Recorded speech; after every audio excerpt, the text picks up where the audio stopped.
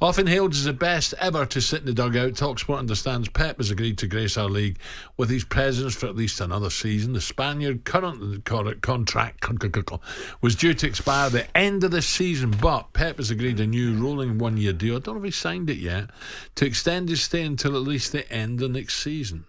Ali, will this give City the boost they need? They've got to pick up now, haven't they? Of course they have. Clearly missing Rodri, keep mentioning it. De Bruyne, I'm not getting a lot out of De Bruyne at this moment in time, whether it's fitness or injury or whatever it is. They just haven't clicked. I mean, they haven't clicked. They haven't clicked. And we've seen it before, they go on a run, 10, 15 games, whatever it may be. So it'd be crazy to say that ain't going to happen. So the only thing I would say... So is Big Ange thinking we get a chance here, boys? Oh, absolutely. Big Ange will fancy his chances because, generally speaking, they do okay against City. But the worrying thing for me, I mean, the game at Bournemouth, they lost, they could have scored, Foden's get a chance late on.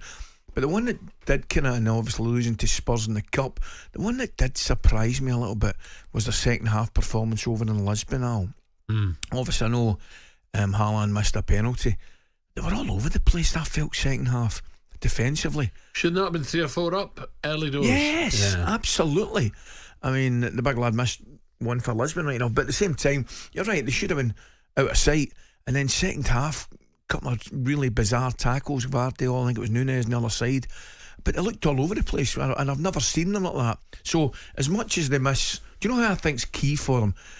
I think Diaz is centre half. I think he stabilises them at the back as well, and he doesn't mind leaving himself 1v1 defensively. But write them off at your peril. 100%. You'd be crazy to write them off, but at the same time, you've got to say the stars of the show so far early in the season have been Liverpool. Definitely. To give us more on both these stories from Manchester, talkSPORT's Manchester correspondent Micky Gray joins us. Micky, good morning. Good morning, Micky. How are you, mate? McCoist, Al, how are you doing? Good morning. Go on Sunderland as well, Micky, eh? Yeah, absolutely. Yes, here we go. Micky, so this is great news for City. Where do you see more of City than Ali or I?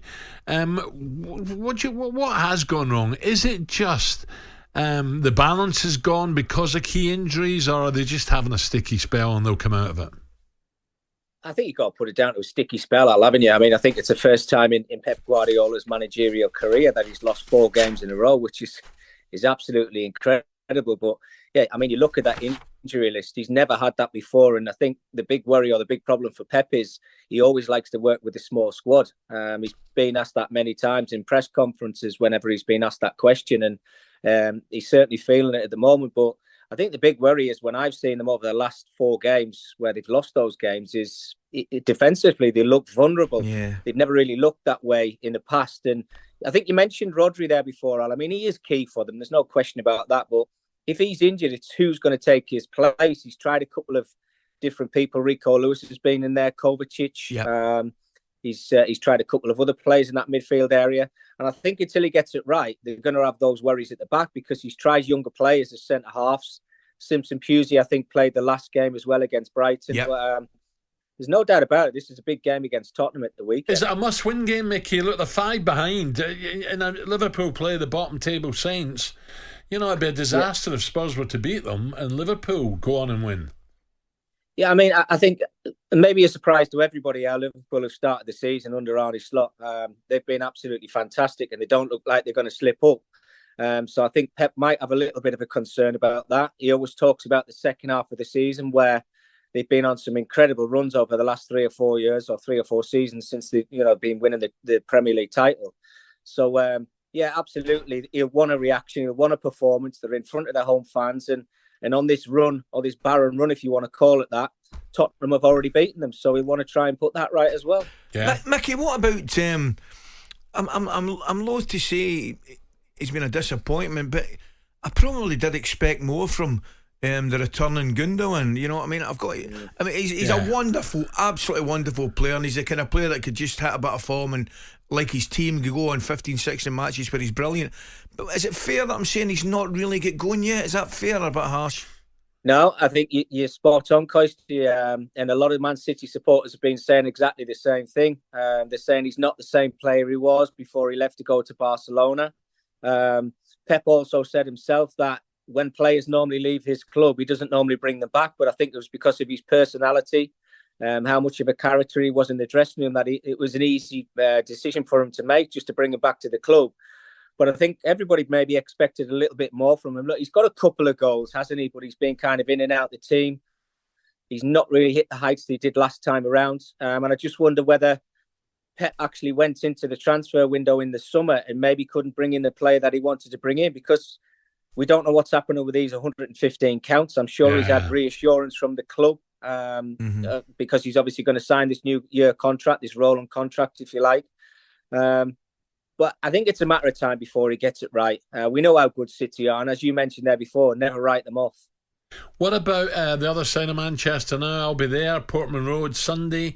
Ipswich, Manchester United. Can Amorim got off to a flyer? Well, I think everybody's looking from the outside in, Al, aren't you? Of what system he's going to play, what players is he going to play in that system, who's it going to suit, who's it not going to suit.